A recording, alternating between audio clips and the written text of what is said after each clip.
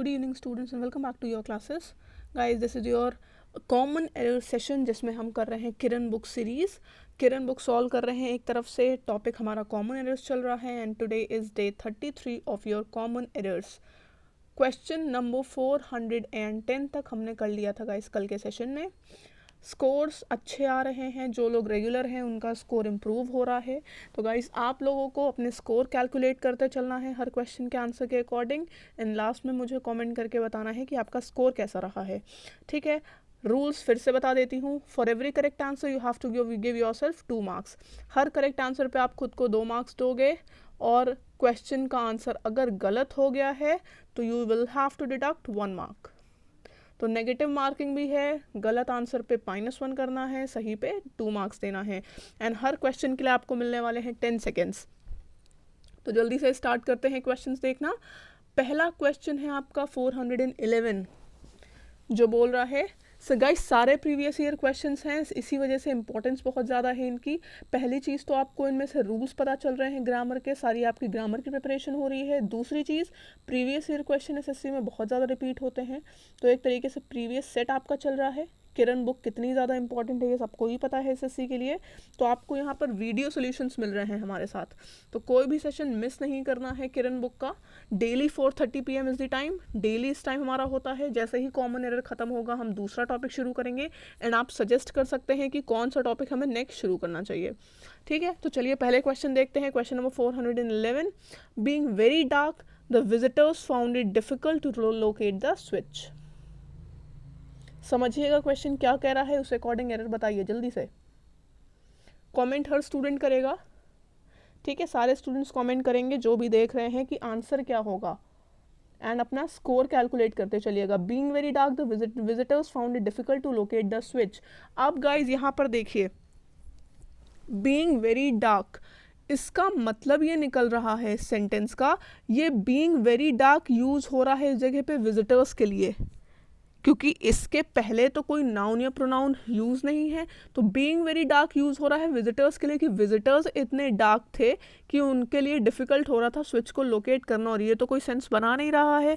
इस वजह से हमें बीइंग वेरी डार्क के पहले एक प्रोनाउन यूज़ करना पड़ेगा.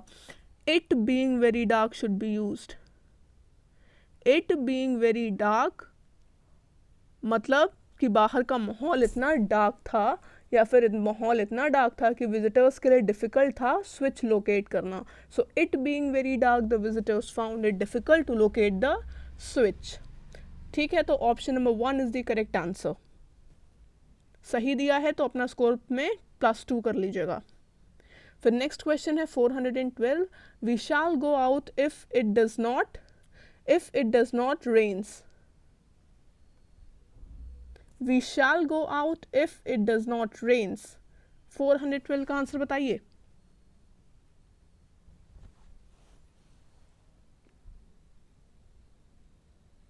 डस के साथ हमेशा लगता है form V1. Does not rains होगा या डज नॉट रेन होगा. बहुत ही सिंपल क्वेश्चन था ये. डज नॉट रेन आना चाहिए. सो option number 3 is the correct answer. ठीक है, ऑप्शन नंबर 3 आंसर है. बहुत ईजी क्वेश्चन था ये. अब आते हैं क्वेश्चन नंबर 413 पे. 413 से it is high time that we leave this place. बहुत इंपॉर्टेंट कंसेप्ट है इसमें. क्वेश्चन ये कंसेप्ट रिवाइज हो चुका है, रिपीट हो चुका है.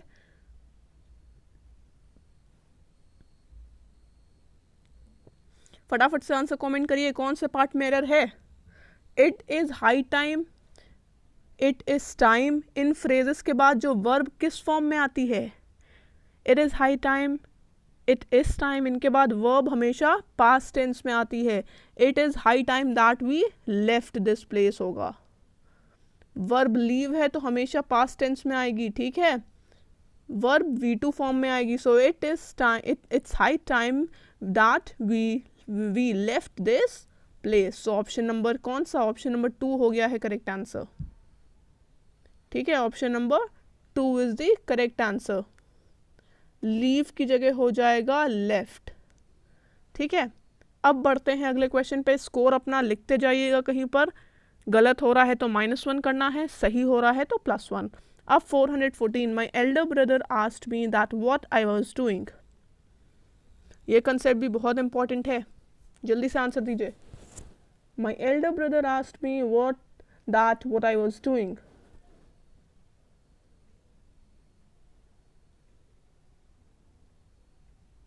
ये हमने कन्वर्ट किया है एक तरीके से डायरेक्ट को इनडायरेक्ट में. रिपोर्टेड स्पीच में जब भी हमारा क्वेश्चन आता है जो डब्लू वाले वर्ड से शुरू होता है, वाई, वेयर, व्हेन, व्हाट, तो कभी भी दैट का यूज़ नहीं होता है रिपोर्टेड या इनडायरेक्ट स्पीच में. ठीक है, आस्क्ड के बाद कभी भी दैट का यूज़ नहीं होगा. So my elder brother asked me what I was doing. ठीक है, option number 3 is the correct answer, क्योंकि 3 से हमने दैट को रिमूव कर दिया है. ठीक है, 3 आंसर किया था तो +2 करिए, गलत हो गया था तो -1. अब 415 says the speaker left the scene long before. जल्दी से बताइए answer. The speaker left the scene long before मतलब क्या निकल रहा है कि स्पीकर सीन को बहुत पहले ही छोड़ चुका था. तो लॉन्ग बिफोर लॉन्ग होता है या फिर लॉन्ग अगो होता है?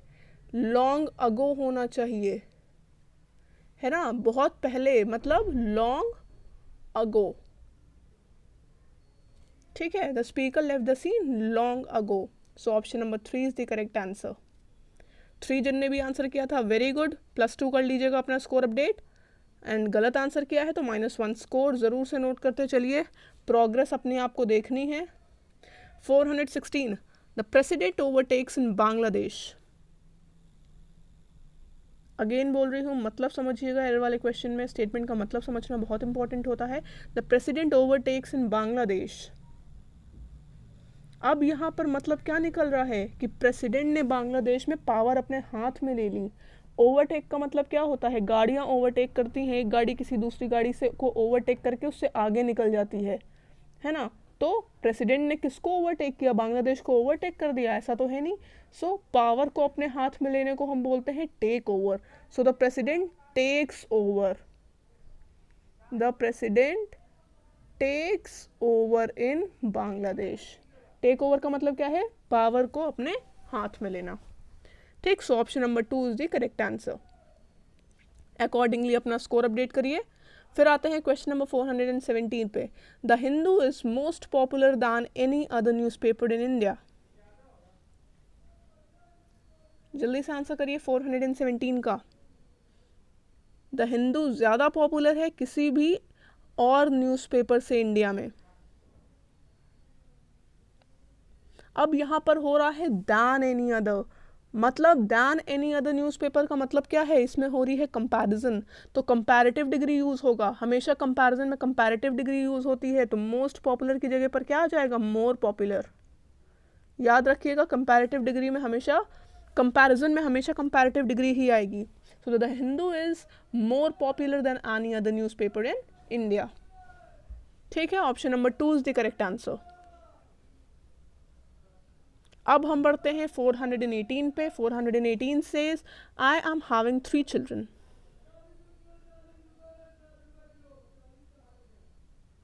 जल्दी से बताइए. ये कंसेप्ट मैंने बताया है, 1-2 बार क्वेश्चन आए हैं इस कंसेप्ट पे बेस्ड. तो जल्दी से आंसर दीजिए. I am having 3 children.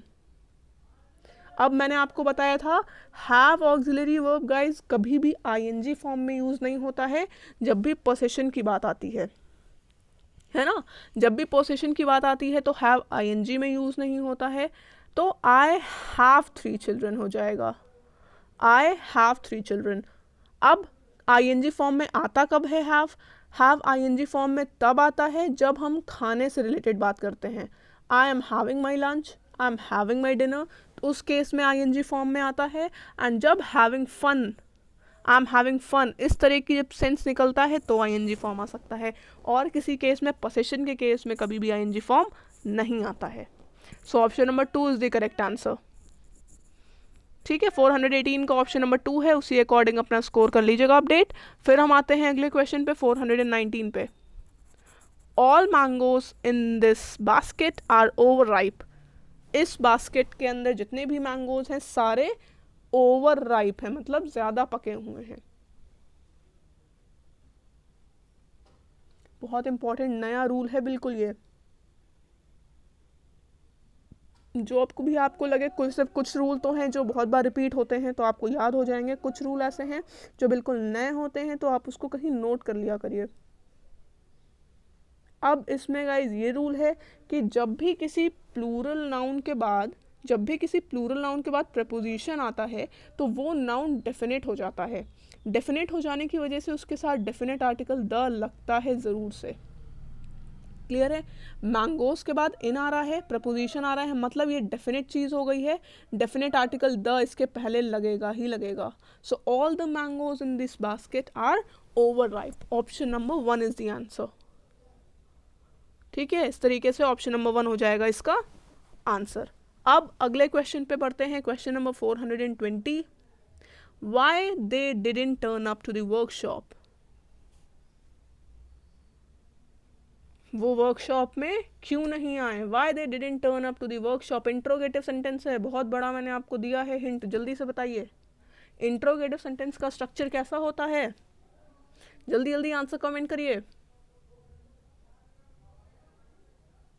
Interrogative sentence में हमेशा वर्ब पहले आती है, नाउन या प्रोनाउन बाद में आता है। इंट्रोगेटिव सेंटेंस की यही पहचान है कि वर्ब पहले आती है, नाउन या प्रोनाउन बाद में आता है।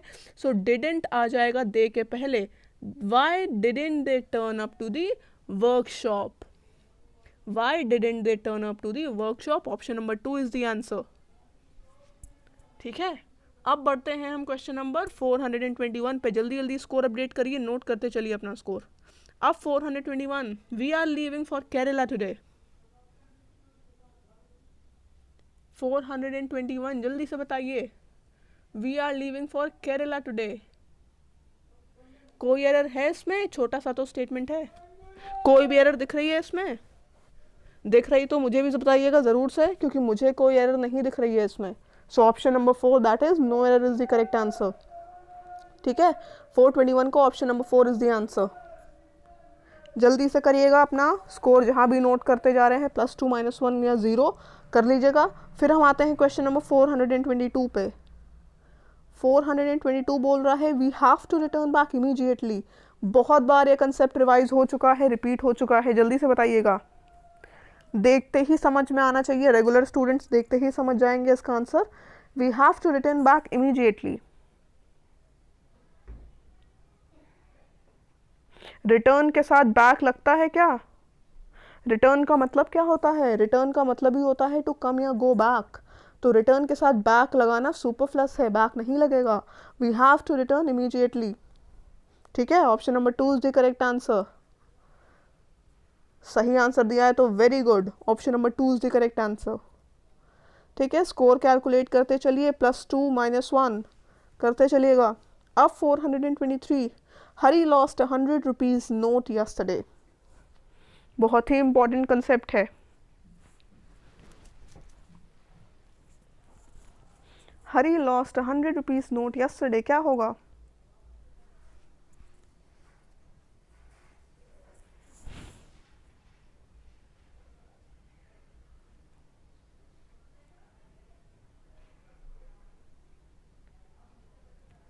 गाइस, जब भी हमारा स्ट्रक्चर आता है, एक न्यूमेरिकल एडजेक्टिव आता है, 100 न्यूमेरिकल एडजेक्टिव है। जब भी न्यूमेरिकल एडजेक्टिव हमारा आता है, प्लस नाउन आता है, प्लस नाउन आता है, तो जो बीच वाला नाउन होता है हमेशा सिंगुलर होता है ना? हमेशा सिंगुलर रहता है, प्लूरल कभी भी नहीं होगा ऐसे स्ट्रक्चर में। So Hari lost 100 rupee note yesterday. Rupees नहीं होगा, एस हट जाएगा, रुपी नोट। अगर यहाँ पे नोट ना लिखा होता, आगे कुछ भी नहीं होता, तो 100 रुपी नोट, 100 रुपीज़ हम बोल सकते थे। ठीक है, हरी लॉस्ट 100 रुपीज़ तब बोल सकते थे, लेकिन इसके आगे नोट लगा हुआ है। सो Hari lost 100 rupee note yesterday. इस तरीके से हो जाएगा ऑप्शन नंबर 2 हमारा यहाँ पर answer. Option number 2 is the correct answer. ठीक है, अब बढ़ते हैं 424 पे। सही आंसर देने वाले +2 कर लीजिएगा ज़रूर से। The artist and writer has died. Concept एक बार पहले भी आ चुका है, क्वेश्चन नंबर 424 वाला। जो आपको इम्पॉर्टेंट कंसेप्ट लगे, कंसेप्ट सारे इम्पॉर्टेंट हैं, जो आपको लगे कि आपको नहीं पता है वो कंसेप्ट आप नोट कर लेंगे। The artist and writer has died. यहाँ पे जो आर्टिकल है वो सिर्फ आर्टिस्ट के पहले लग रहा है, इसका मतलब कि आर्टिस्ट और राइटर दोनों सिंगल पर्सन ही हैं। सिंगल पर्सन की बात हो रही है, हैज़ यूज है, बिल्कुल सही आंसर है, बिल्कुल सही स्टेटमेंट है। So option number 4 is the correct answer. अगर the artist and the writer होता तब यहाँ पर हैव लग जाता, क्योंकि वो दो अलग अलग पर्सन होते। ठीक है, ये मैं आपको बता चुकी हूँ कंसेप्ट। अगर दोनों नाउन के पहले आर्टिकल लग रहा है तो मतलब दो अलग अलग पर्सन्स की बात हो रही है, अगर सिर्फ एक के पहले लग रहा है तो मतलब दोनों सिंगल पर्सन ही है। ठीक, अब आते हैं क्वेश्चन नंबर 425 पे। Scarcely had it stopped raining when I started to my college. जल्दी से बताइए आंसर।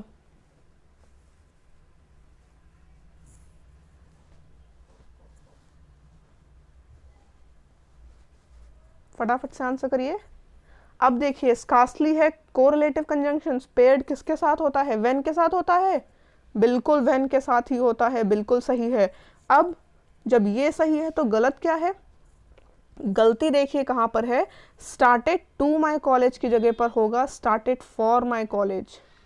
स्टार्टेड फॉर समथिंग का मतलब होता है गाइस किसी चीज़ की तरफ मूव करना, कहीं के लिए निकल जाना, है ना। टू मूव टूवर्ड्स समथिंग हम बोलते हैं स्टार्टिंग या फिर start for something. So scarcely had it stopped raining when I started for my college. जैसे ही बारिश रुकी मैं अपने कॉलेज के लिए निकल गई। ठीक है, so option number 3 is the correct answer. Option number 3 जिनने भी दिया है फटाफट से करो स्कोर अपडेट। एंड आज हमने 15 क्वेश्चंस कंप्लीट कर लिए हैं, तो आउट ऑफ 30 आपका जो स्कोर रहा है मुझे बताइए जल्दी से। आउट ऑफ 30 किसका क्या स्कोर रहा है कैलकुलेट करिए। इसी आप लाइव चैट में या तो कमेंट करिएगा या तो सेशन ओवर होने के बाद नीचे कमेंट में मुझे ज़रूर से अपना स्कोर बताइएगा। हाईएस्ट स्कोरर का नाम हम अनाउंस करेंगे अगले सेशन में, तो स्कोर हर स्टूडेंट बताएगा। क्लियर है? And plus one more important thing, आपको क्या करना है, सेशन ओवर होते ही जाना है, आपको प्ले स्टोर पे सर्च करना है for your classes app.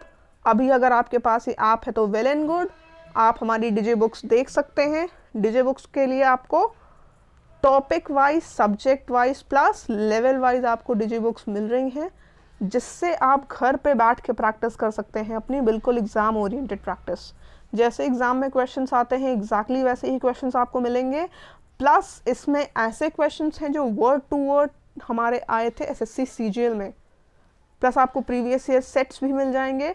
So go for it, reviews देखिएगा। एंड इस टाइम अगर आप कोड यूज़ कर ले रहे हो बाय 10, सो गाइज आपको 10% का इंस्टेंट डिस्काउंट भी मिल रहा है। इस ऑफ़र को हाथ से मत जाने दीजिए, एक बार जाइएगा, रिव्यूज़ देखिएगा, फिर आप देखिएगा किस तरीके से आपका इंप्रूवमेंट हो रहा है प्रैक्टिस करके। आप मुझे रिव्यूज़ दीजिएगा, किसी भी मेरे सेशन पे कमेंट करके मुझे बताइएगा कि आपको प्रैक्टिस करके क्या डिफरेंस लगा। ठीक है, तब तक के लिए ध्यान रखिए घर पे, stay safe, stay home and take care, bye bye.